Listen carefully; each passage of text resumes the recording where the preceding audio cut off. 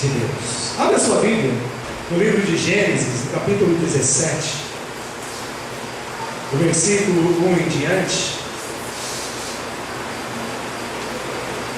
Vamos meditar sobre o andar na presença de Deus.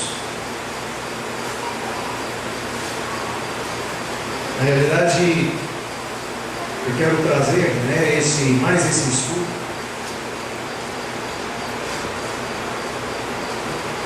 como até mesmo eu havia prometido, que nós estaríamos, depois de estudar o poder e a eficácia do arrependimento, hoje nós vamos estudar sobre andar ou andando na presença de Deus.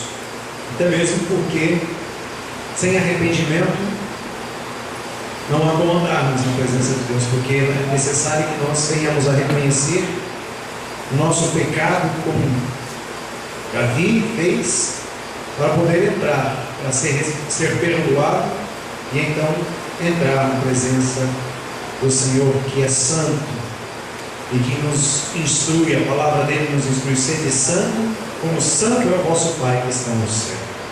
Aleluia. Então, em Gênesis capítulo 17, versículo 1 até o 8, diz assim: quando atingiu Abraão a idade de 99 anos, apareceu-lhe o Senhor e disse-lhe: eu sou o Deus Todo-Poderoso, anda na minha presença e ser perfeito. Farei uma aliança entre mim e te multiplicarei extraordinariamente. Prostrou-se Abraão, rosto em terra, e Deus lhe falou: quanto a mim, será contigo a minha aliança, serás pai de numerosas nações. Abraão já não será o teu nome, e sim Abraão. Abrão, sem um A, não será o teu nome, e sim Abraão, porque por pai de numerosas nações te constituí. Fartei fecundo extraordinariamente, de ti farei nações, e reis procederão de ti. Estabelecerei a minha aliança entre mim e ti, e a tua descendência, no decurso das suas gerações, aliança perpétua, para ser o teu Deus, e da tua descendência. Dar-te-ei à tua descendência a terra das tuas peregrinações, toda a terra de Canaã, em possessão perpétua, e serei o seu Deus. Maravilha. Glória a Deus. Andar na presença do Senhor. Para nós entendermos um pouco esse contexto, nós precisamos olhar um pouco para a vida, para a história de Abraão, que era Abrão, e começar a ver o início da sua caminhada. Abraão era filho de Tera, um homem que, segundo alguns estudos, mostra que ele era fabricante de ídolos. Era um fabricante de ídolos, era de certa forma idólatra.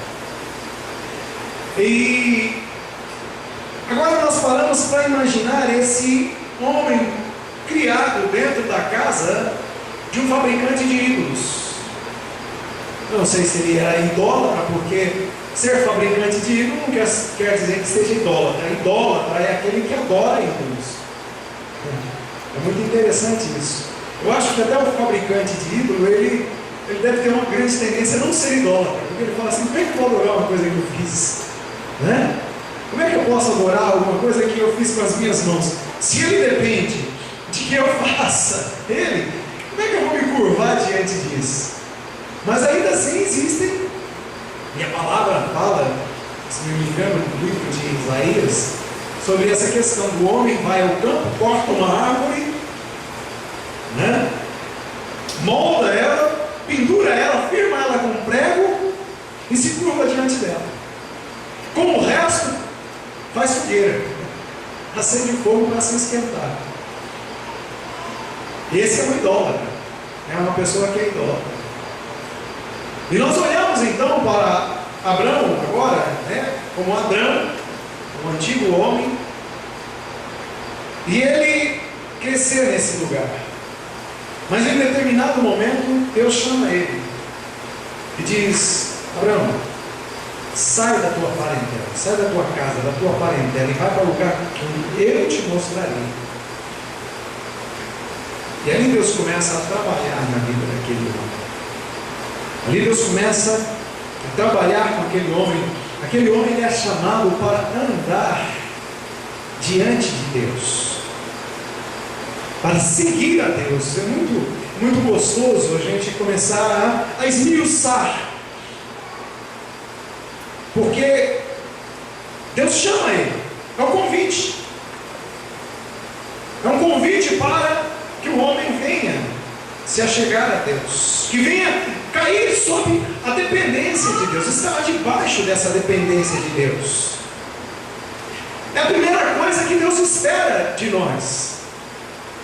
É a primeira coisa que Deus requer de nós, é que nós entremos debaixo da dependência dEle, estar dependente dEle.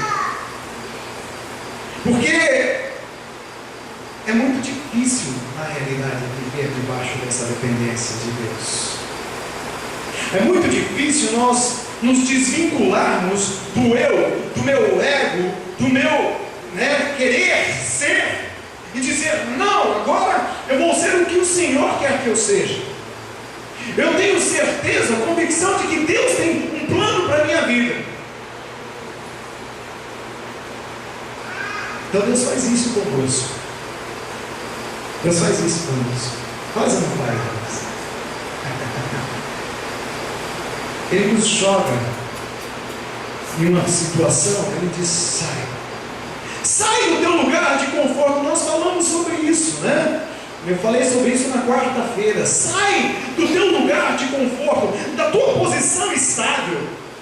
Quando nós falávamos sobre Davi, que desce na caverna de Adulão, depois sobe a Moabe. Ali ele se sente em um lugar seguro, mas o profeta diz para ele: sai desse teu lugar seguro. Sai dessa tua posição de conforto. Sai e vai para o que Deus tem para a tua vida.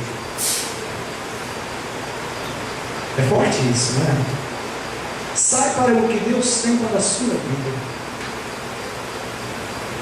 Será que o que Deus tem para a nossa vida é bom? É agradável? É perfeito? É interessante nós passarmos a observar isso. Eu li agora há pouco ali, né, os ministérios, o texto, que ele diz exatamente isso, né? Órgãos, pois irmãos, que apresenteis os vossos corpos como sacrifício vivo, santo e agradável ao Senhor, que é o vosso culto racional, e não vos conformeis com esse século, né? Mas, deixa eu ler aqui. Tem hora que dá uns brancos. Eu falo esse texto. Romanos 12. Rogo-vos, pois, irmãos, pela misericórdia de Deus, que apresenteis os vossos corpos por sacrifício vivo, santo e agradável a Deus, que é o vosso culto racional. E não vos conformeis com este século, mas transformai-vos pela renovação da vossa mente, para que experimenteis qual seja a boa, agradável e perfeita vontade de Deus. É o que Deus estava fazendo com Abraão, dizendo: sai da tua parentela, sai desse conformismo, sai dessa situação de conforto e vem andar, passear comigo um pouco pelo deserto.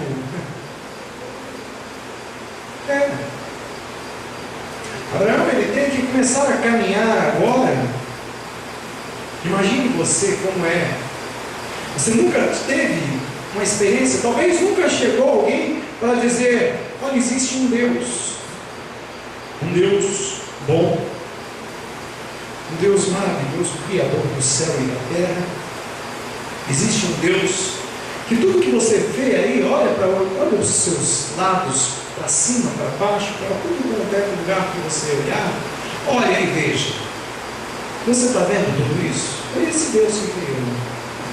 E Ele está te chamando para que você mergulhe na vontade dEle. Nunca ninguém falou isso para Abraão, talvez. Ele talvez não tivesse tido essa experiência.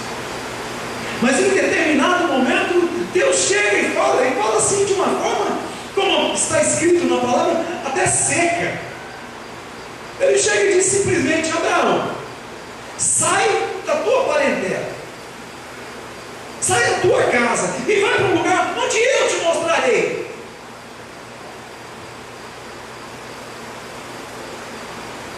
E agora? Eu ouvi uma voz, apenas uma voz. A palavra não diz que Deus vem agora, desce e fala: venha, Abraão, eu vou te conduzir, venha por aqui. Abraão, é por aqui. Não, ele começa a andar. Ele se lança nos braços de Deus. Ele começa a andar. Vai andando com uma convicção: Deus está no controle. Se eu entreguei a minha vida nas mãos do Senhor, Ele está no controle. Quantos já entregaram sua vida nas mãos do Senhor? Diz amém? Amém. Ele está no controle.